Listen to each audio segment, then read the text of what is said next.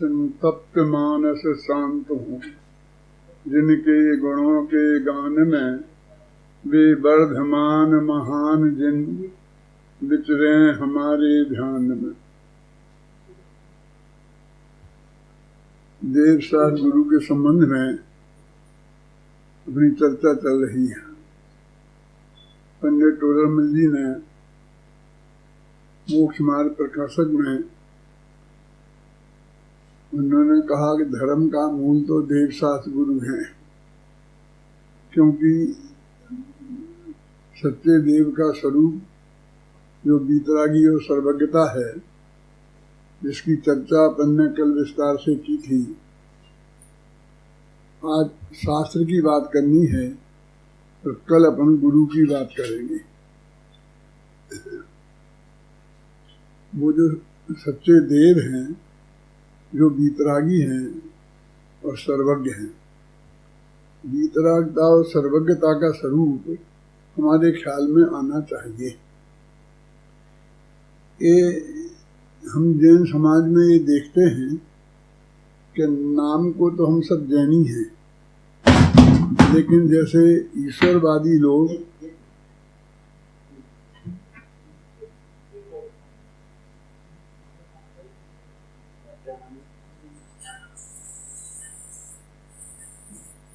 आप जिनेंद्र जैन को भी ये दे दो, माइक ऑन कर दो।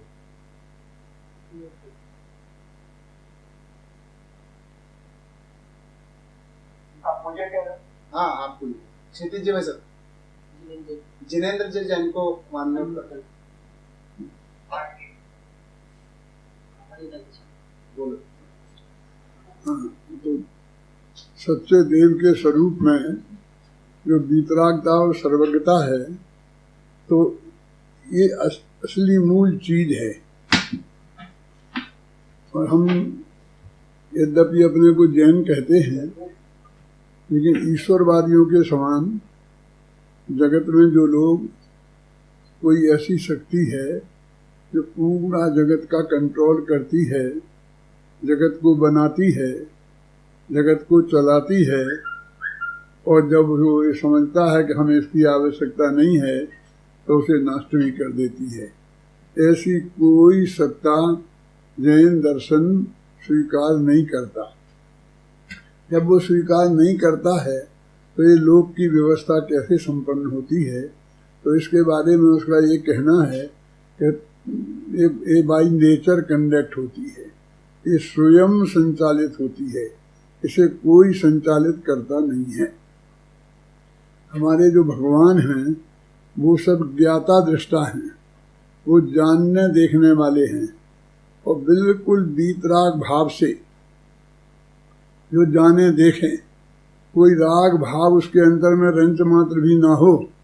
मैंने सच्चे देव की परिभाषा लिखते हुए लिखा था कि जो अप्रभावित रहकर जान सके और जान कर अप्रभावित रह सके, यानी जानने के पहले वो कोई बात से प्रभावित नहीं हो कि मुझे ये जानना है, ये जानना है, ये नहीं जानना है, इसको नहीं जानना है, ये अच्छा है, ये बुरा है।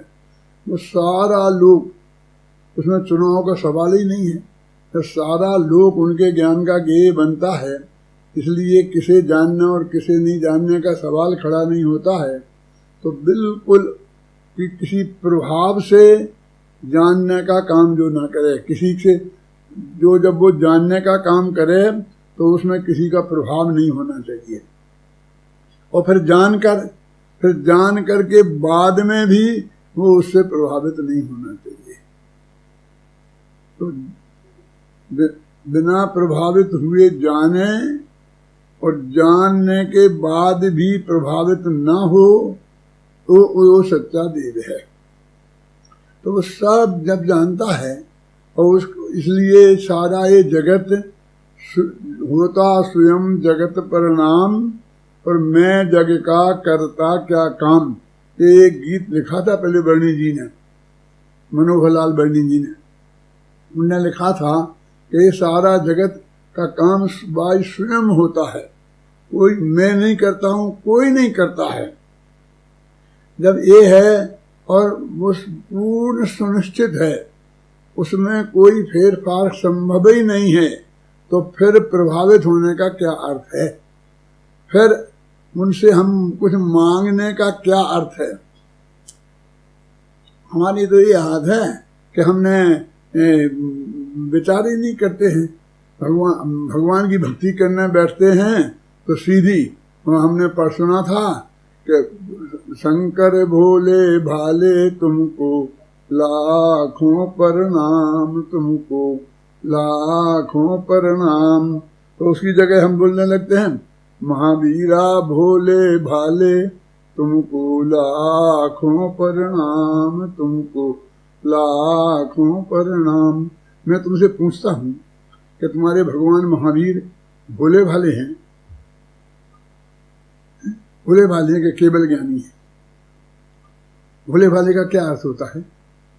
इस जगत में तो भोला भाला किसे कहते हैं? जो ना समझ हो, जो कुछ नहीं जानता है ना। ये सभ्य भाषा में है। असभ्य भाषा में कहें तो जो मूर्ख हो उसे भोला भाला कहते हैं। तो हमने तो ये देखा कि उनने शंकर भगवान के साथ लगाए थे, उन्हें भोलानाथ कहते हैं, महावीर के साथ भी लगा दिया। बस वे उनको करता धरता बोलते हैं तो महावीर को करता धरता कहने लगे। उनके संकट यदि वे भगवान जो ईश्वरवादी हैं वो दूर करते हैं तो हमारे भगवान महावीर आदिनाथ दूर करते हैं।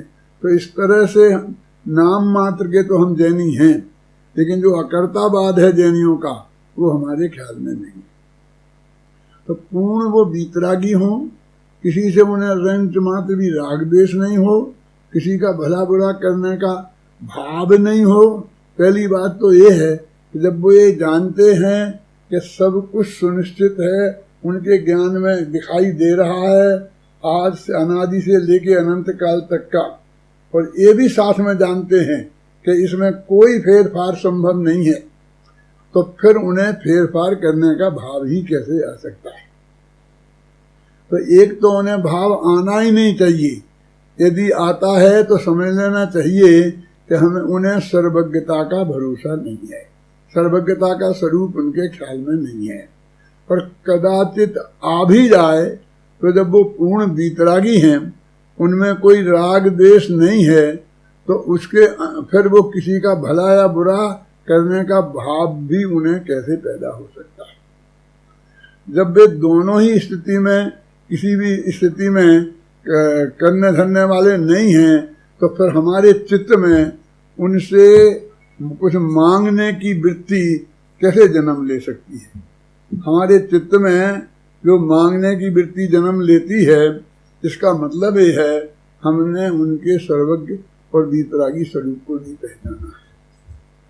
आज हमारी मूल बात यह है कि शास्त्र किसे कहें हम, तो कहते उन सर्वज्ञ भगवान, उन बीतराग भगवान की दिव्य ध्वनि के माध्यम से, वाणी के माध्यम से जो वस्तु स्वरूप बाहर आया और उसे हमारे आचार्य भगवंतनों ने, ज्ञानी धर्मात्माओं ने जो लिपिबद्ध किया। अपने तो ऐसा कहा जाता है कि भगवान महावीर की वाणी करीब 500-600 वर्ष तक तो लिखी ही नहीं गई, तो उसके बाद लिखी गई। और जब बाद में लिखा जाना शुरू हुआ तो उस वक्त कोई केवली तो था ही नहीं, श्रुत केवली भी नहीं थे। ऐसी स्थिति में जिन आचार्यों को जितना जो ज्ञान था उनमें से उन्होंने लिखा है। तो अब इसलिए कहते हैं कि उनकी प्रमाणिकता तो उस सर्वज्ञ भगवान की वाणी के अनुसार है। अब वो वाणी आचार्य भगवंतों के द्वारा लिखी जाए तो बहुत ही बढ़िया है, पर आचार्य भगवंतों के द्वारा नहीं लिखी जाए तो भी ज्ञानी धर्मात्मा विद्वानों के द्वारा भी लिखी जाए तो भी वो जिनवाणी ही है, वो शास्त्र ही है। क्यों कि आचार्य भगवंतों ने तो प्राकृत में और संस्कृत भाषा में लिखी थी। अब हम प्राकृत और संस्कृत तो जानते नहीं हैं, तो हम तो फिर भगवान की वाणी से वंचित ही रह गए ना। तो जो लोग उस प्राकृत और संस्कृत भाषा को जानते हैं, उसको गहराई से उसका मर्म समझते हैं, उन ज्ञानी धर्मात्माओं ने जो हमारी भाषा में, जिसमें हम अच्छी तरह से समझते हैं, जो उसका अनुवाद करके हमें प्रस्तुत किया है, जो टीकाएं करके प्रस्तुत की हैं, यदि हम उनको भी उस जिनवाणी के समान ही नहीं मानेंगे तो फिर हम समझ लो भगवान की वाणी से वंचित ही हैं। अब जब वो ये जो शास्त्र जो छद्मस्तों के द्वारा लिखे गए हैं, छद्मस्त माने जो पूर्ण केवल ज्ञानी नहीं है, क्षयोपम ज्ञान वाले हैं, जो अल्प ज्ञान वाले हैं, सम्यक ज्ञान वाले तो हैं लेकिन अल्प ज्ञान वाले हैं, उनके द्वारा जो शास्त्र लिखे गए वो शास्त्र को हम यदि प्रमाणिक नहीं मानेंगे तो हम में और उन पशुओं में कोई अंतर नहीं रह जाएगा। आदमी में और पशु में क्या अंतर है? आदमी को अपने माँ बाप से कुछ ना कुछ अवश्य मिलता है, लेकिन पशुओं को अपने माँ बाप से कुछ नहीं मिलता है। संपत्ति तो मिलती ही नहीं है, खाद्य सामग्री तो मिलती ही नहीं है, बल्कि उनको एक एक चीज भी स्वयं सीखनी पड़ती है। पानी में तैरना भी हो तो स्वयं सीखना पड़ेगा, कोई उन्हें सिखाने वाला नहीं है। और आदमी को उनके माँ बाप ने, उनके गुरुओं ने, हमारे पूर्वजों ने, आचार्यों ने भगवान की वाणी से लेकर और हमारे माँ बाप पर्यंत, गुरु पर्यंत जो भी बहुत लोग हैं कि जिनके माध्यम से हमें पुरानी बातें सीखने को प्राप्त होती हैं। तो ये जो पशु में और आदमी में अंतर है, यदि हमने वो जो हमारे पूर्वजों से हमने सीखा है, हमारे शास्त्रों में हमें लिखित रूप से विद्यमान है, यदि उनको प्रमाणिक नहीं माने, उनको अपने ज्ञान का सहारा नहीं माने, तो फिर हम में और पशुओं में फिर कोई अंतर नहीं रह जाएगा। जब मैं ये बात कहता हूँ कि मनुष्य को अपने माँ बाप से कुछ ना कुछ अवश्य मिलता है, तब लोग कहते हैं कि आप करोड़पतियों के बीच में रहते हो ना, इसलिए आपको ऐसा लगता है कि माँ बाप से कुछ ना कुछ अवश्य मिलता है। लेकिन इस दुनिया में करोड़ों गरीब आदमी ऐसे भी हैं कि जिन्हें अपने आप से कुछ भी अपने माँ बाप से प्राप्त नहीं हुआ था। लेकिन मैं कहता हूँ ऐसा हो ही नहीं सकता है। यदि उन्हें अपने माँ बाप से संपत्ति प्राप्त नहीं हुई होगी तो कर्जा मिला होगा, लेकिन मिला अवश्य होगा, मिलता अवश्य है। पशुओं को कर्जा भी नहीं मिलता है। बाप ने जो कर्जा लिया था वो पशुओं में किसी बेटे को नहीं चुकाना पड़ता है, लेकिन मनुष्य गति में बाप के लिए हुए कर्जे को भी बेटे को चुकाना पड़ता है। तो इस मनुष्य गति में ये सुविधा है कि हमें अपने पूर्वजों से प्राप्त भी होता है और हमें चुकाना भी पड़ता है। तो ये हमारी जो जिनवाणी है, जिसे हमें शास्त्र कहते हैं, ये हमारी पूर्वजों की महान संपत्ति है जो हमें प्राप्त हुई है। जो ये ज्ञान हमको प्राप्त हुआ है ये हमारे पूर्वजों से है।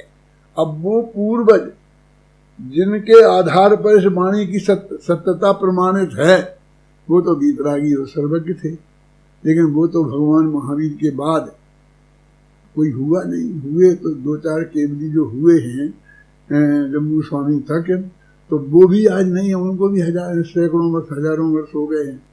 अब उनसे लेकर आज तक ये बीच का जो कम से कम 125 पीढ़ियों का गैप है, उस वाणी की प्रमाणिकता के लिए हम क्या करें, कैसे जानें कि ये सच्ची वाणी है? तो हम कहते हैं वो मूल भगवान कैसे हैं? वीतरागी हैं और सर्वज्ञ हैं। तो वीतरागता की पोषक ही जिनवाणी कहलाती है, यह है मुक्ति का मार्ग निरंतर हमको जो बतलाती है। वो वीतरागता का पोषण करने वाली जिनवाणी है। तो जिसमें वीतरागता का पोषण किया हो, वीतरागता को धर्म बताया हो, वो तो समझ लेना जिनवाणी है।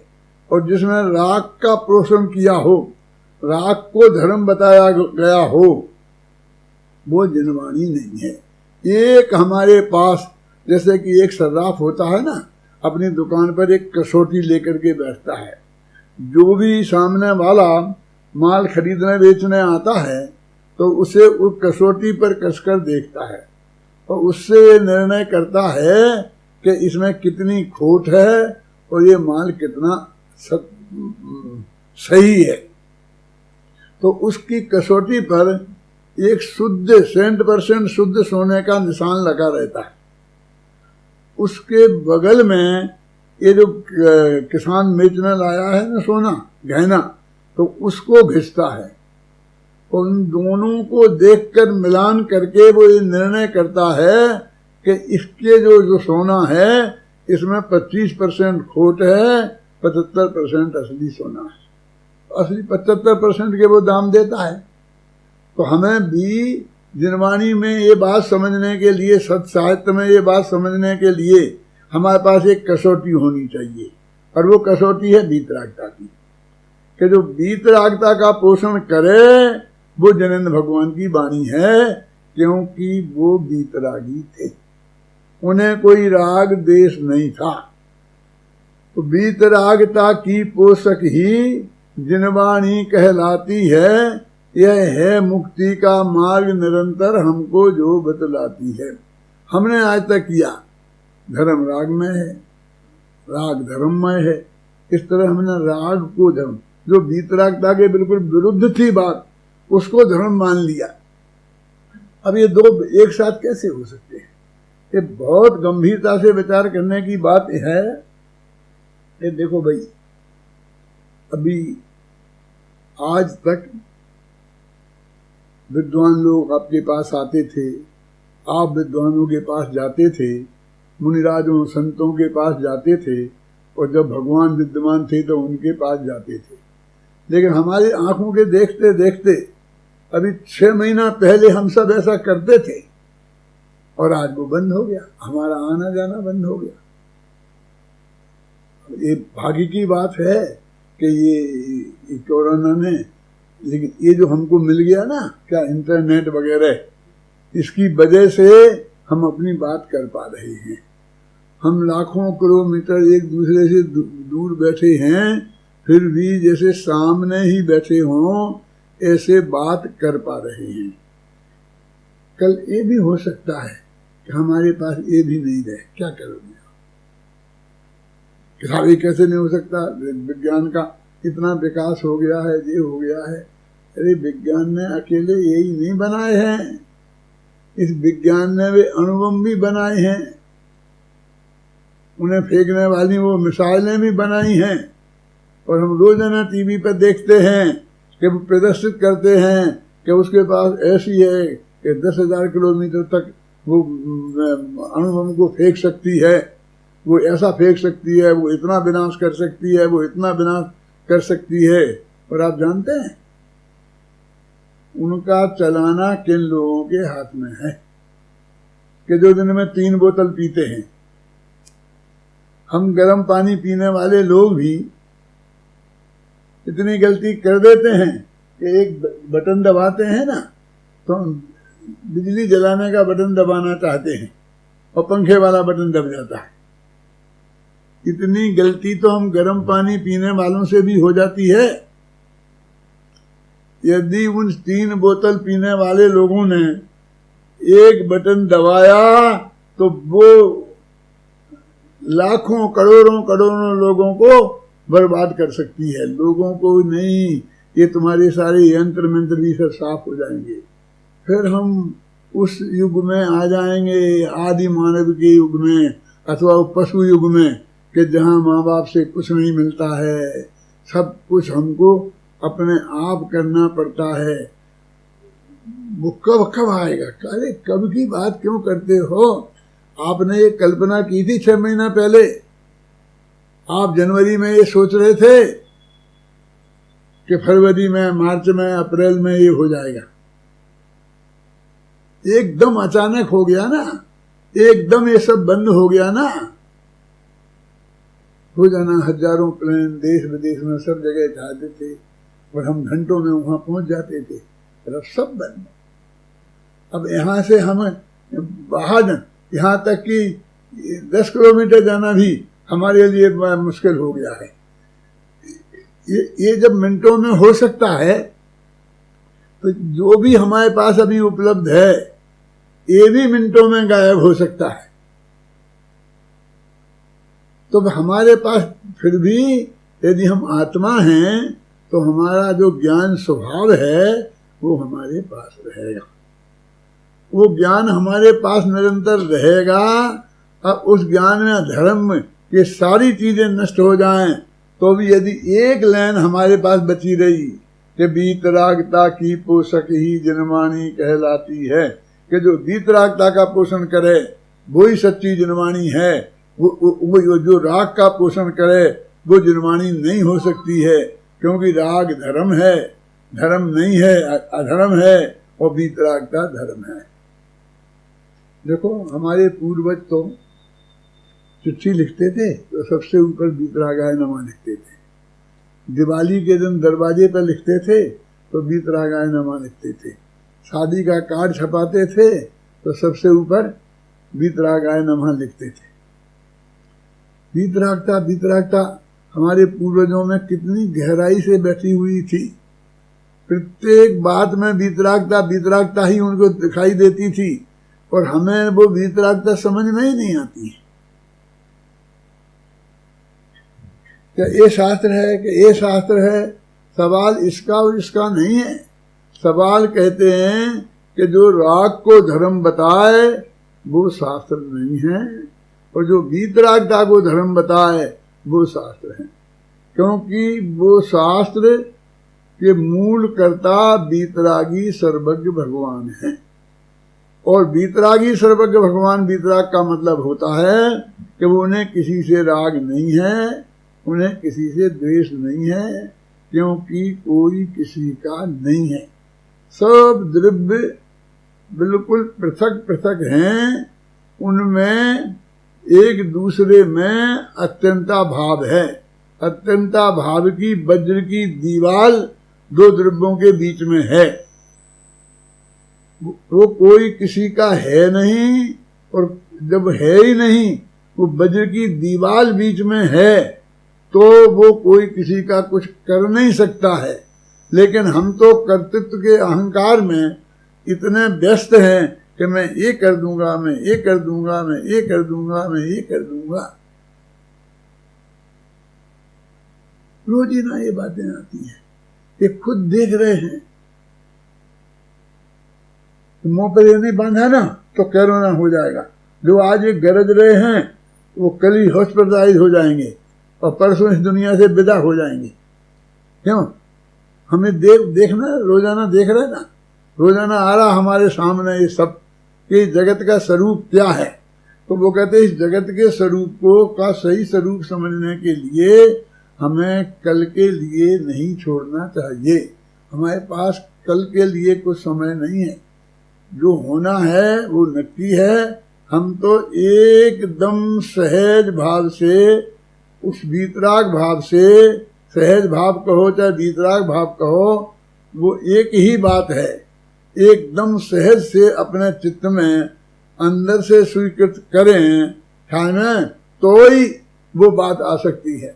तो हम एक हमारे पास रखें कि जिसमें वीतरागता को धर्म बताया गया हो, वीतराग भाव का पोषण किया गया हो, वो जनेंद्र भगवान की वाणी है। तो क्या हुई? वो सच्चा देव जो स्वयं वीतरागी है, सर्वज्ञ है, और उसकी वाणी और उसकी वाणी के अनुसार जो जिन आचार्यों ने, जिन मुनिराजों ने और जिन ज्ञानी धर्मात्माओं ने जो भी प्रतिपादन किया है, जो भी शास्त्र लिखे हैं, वो सब हमारी जिनवाणी है। सच्चा देव, सच्चे शास्त्र और सच्चे गुरु, और उस जिनवाणी के अनुसार जिनका जीवन संचालित होता है ना, वे हमारे सच्चे गुरु हैं। तो देव और गुरु, देवों ने कही अरिहंत भास यत्थम गणधर देवे ही गुत्थियम सब्बम। अरहंत भगवान के द्वारा कही गई, और गणधर देव माने आचार्य भगवंत, उनमें ज्ञानी धर्मात्मा तक सब आ जाते हैं। उनके द्वारा गूंथी गई माने लिखी गई जो वीतरागता की प्रतिपादक शास्त्र हैं उसका नाम है जिनवाणी। अब वो हमारे शास्त्र 4 प्रकार के हैं, प्रथमानि योग, करुणानि योग, चरणानि योग, दिव्यानि योग। प्रथमान योग क्या है? प्रथमान योग हमारे पूर्वजों का इतिहास, हमारे उन तीर्थंकरों का, हमारे 63 शलाका के महापुरुषों का इतिहास जिसमें निबद्ध है, वो हमारा प्रथमान योग है। चरणानि योग क्या कि जिसमें हमारा जीवन कैसा होना चाहिए, शुद्ध सात्विक अहिंसक, वो सारे शास्त्र चरणानि योग कहलाते हैं। और ये 3 लोक के नक्शे की सारी व्यवस्था कहाँ कैसा है इसका वर्णन जिसमें है, और कर्मों का वर्णन है, उनके उदय और सत्ता का वर्णन है, उसे बोलते हैं हम करुणानि योग। और द्रव्यानि योग जो तत्वों का, द्रव्यों का, वस्तु के स्वरूप का प्रतिपादन है, उसे बोलते हैं हम द्रव्यानि योग। अब ये 3 अनुयोग तो ऐसे हैं कि जिनकी परीक्षा करना संभव नहीं है। टोडरमल जी सामने मुख्य मार्ग प्रकाशक में लिखा है, अभी हमारे शास्त्र में लिखा है कि आदिनाथ ऐसे थे ऐसे थे, और वो एक कहानी पूरी आई है सामने, भरत चक्रवर्ती ऐसे थे ऐसे थे ऐसे थे। अब वे 2 शास्त्र हमारे सामने आए, एक में कहानी ऐसी लिखी है, एक में कहानी ऐसी लिखी है। एक में लिखी है कि भरत में और बाहुबली में झगड़ा हुआ था, दूसरे में लिखी है कि नहीं हुआ था झगड़ा, वो तो बहुत प्रेम से रहते थे, झगड़े का वहां सवाल ही नहीं था। तो हम फिर क्या करेंगे? हम उसका निर्णय नहीं कर सकते, हम उसकी कोई परीक्षा नहीं कर सकते। तो हम कैसे कह सकते हैं कि भगवान की दिव्यधनी में इसमें क्या आया था? तो इसलिए कहते उसके हिसाब से परीक्षा नहीं होती है, तो वो प्रथमान योग के हिसाब से परीक्षा नहीं होती है। फिर चरणानि योग में कहा कि आलू में अनंत जीव होते हैं। अब कोई कितने से कितने बड़े यंत्र बन गए हों, जो वे अनंत जीव हैं, वो अनंत जीव तो देखे नहीं जा सकते, तो उनका भी निर्णय हम तर्क वितर्क से नहीं कर सकते हैं। कौन सा कर्म कब उदय में आया, कैसा हुआ, दुनिया का नक्शा कितना बड़ा है, सर्वज्ञ के बिना कोई नहीं जान सकता। तो इन 3 चीजों का नहीं, लेकिन जो तत्व ज्ञान है कि आत्मा किसे कहते हैं, परमात्मा किसे कहते हैं, जीव किसे कहते हैं, पुद्गल किसे कहते हैं, धर्म किसे कहते हैं, अधर्म किसे कहते हैं, ये जो जितना भी वर्णन है शास्त्रों में, ये तत्व ज्ञान का जो वर्णन है, इसकी परीक्षा हो सकती है। इसलिए कहते हैं सच्चाई का निर्णय तो वो द्रव्यानि योग, अध्यात्म शास्त्र, उसके आधार से न्याय शास्त्र, उनके आधार से उनमें परीक्षा होती है, उनकी परीक्षा की जा सकती है, उन पर बहस हो सकती है। तो उनके पर बहस में भी बहुत मर्यादाएं हमारे पास हैं। तो उनने एक सूत्र दिया हमें कि यदि हमारा धर्म वीतरागी है, हमारे देव वीतरागी थे, हमारे देव सर्वज्ञ थे, सब कुछ जान सकते थे, तो उनकी वाणी में ऐसा नहीं हो सकता कि शायद ऐसा हो। ये शायद वाली नहीं, क्योंकि जब ये सर्वज्ञ हैं, सब कुछ जानते थे, तो शायद वाली बात वहां कैसे आएगी? और वो उनकी वाणी में राग का पोषण नहीं हो सकता। एक द्रव्य दूसरे द्रव्य का करता है, ये वो बात नहीं बता सकते हैं। जो भी इस जगत में हो रहा है उसमें बदला बदली की जा सकती है, वो ये नहीं बदला सकते हैं। वे तो कहते हैं कि जो वस्तु का स्वरूप है उसको हम अंदर से सहज भाव से स्वीकृत करें, यही वास्तविक धर्म है। उसमें ही वीतरागता प्रकट होती है। उन्हें कोई प्रयोजन ही नहीं है। जब उन्हें कोई चीज वस्तु उन्हें इष्ट नहीं लगती, जब कोई वस्तु उन्हें अनिष्ट नहीं लगती, तो वो किसी से राग और किसी से द्वेष उन्हें कैसा हो सकता है? हम ये मानते हैं कि इसने हमारा बुरा किया, या हमारा ये बुरा कर सकता है, ये हमारा भला कर सकता है, या हमारा भला करता है, तो भला करने वाले से हमें राग होगा, और बुरा करने वाले से हमें द्वेष होगा। जब हमारी श्रद्धा में ये पक्का है कि ये हमारा भला बुरा करता ही नहीं है, कर ही नहीं सकता है, तो हमें उससे राग द्वेष कैसे हो सकता है? जब बुरा नहीं कर सकता है तो द्वेष क्यों हो सकता है? जब भला नहीं कर सकता है तो राग क्यों हो सकता है? तो वीतरागता पैदा होगी ना। तो जब ये सिद्धांत हमारे ख्याल में आएगा कि कोई किसी का भला बुरा नहीं करता है, कोई किसी को मारता जलाता नहीं है, सब होता स्वयं जगत परिणाम, मैं जग का करता क्या काम, तो ये बात जिनकी दिव्य ध्वनि में आई हो वे हमारे सच्चे देव हैं। जिन शास्त्रों में ये बात लिखी हो वे हमारे शास्त्र हैं।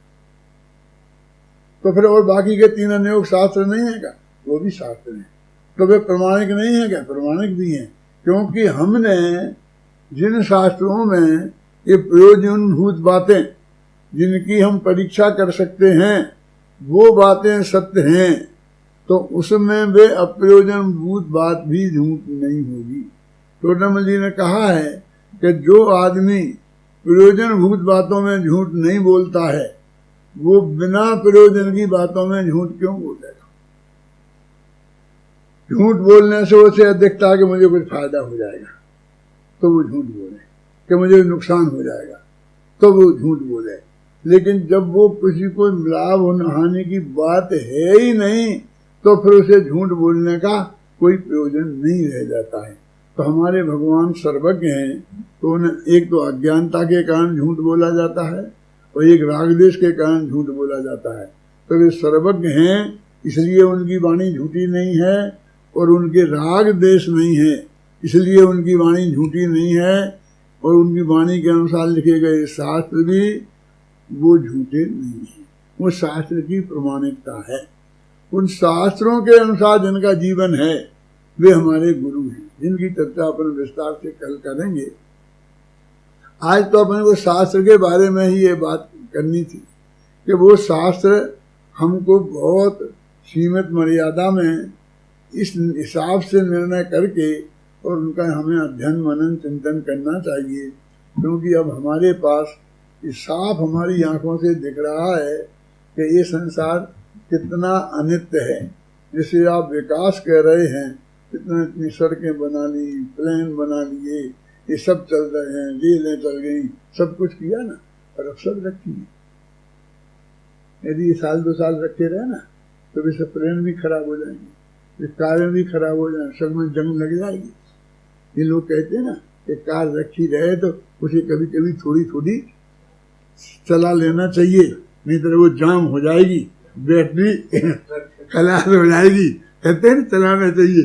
और यदि जैसे अभी तो 3-4-5 महीना तो हो गए, और अब ये बंद रहे क्यों, तो ये सब जाम हो जाएंगे, नए बनना भी बंद हो जाएंगे। क्या हो सकता है इसकी आपको कल्पना नहीं है। ये सब आंखों के सामने दिखाई दे रहा है, फिर भी सब एक दूसरे को मारने के लिए तैयार बैठे हैं। मैं कितने प्लान लगा लूंगा, मैं यहाँ चले गए, हमारे रक्षा मंत्री रसिया गए हैं, वहाँ से ऐसे हथियार लाएंगे, ऐसे चलाएंगे तो चाइना साफ हो जाएगा, फलाना ऐसा हो जाएगा। यदि हमने ये साफ करने का इतना इंतजाम कर लिया है और निरंतर कहते कल खत्म हो जाएगा, वो पर खत्म हो जाएगा। अरे वस्तु का स्वरूप मतलब कितना क्षणभंगुर है, तो हम कल के लिए ये बात नहीं छोड़ सकते हैं। हम सबको गंभीरता पूर्वक वस्तु के स्वरूप का सच्चा निर्णय करके निर्माणी का सच्चा स्वरूप समझकर उस निर्माणी उन शास्त्रों का जो वीतरागता के पोषक शास्त्र हैं उनका स्वाध्याय गहराई से करना चाहिए। उनसे वीतरागिता निकाल कर अपनी सहजता जीवन में लानी चाहिए और सहजता के माध्यम से आत्मा की शांति प्राप्त करना चाहिए। इसी मंगल भावना के साथ मैं अभी की बात सुनाऊं।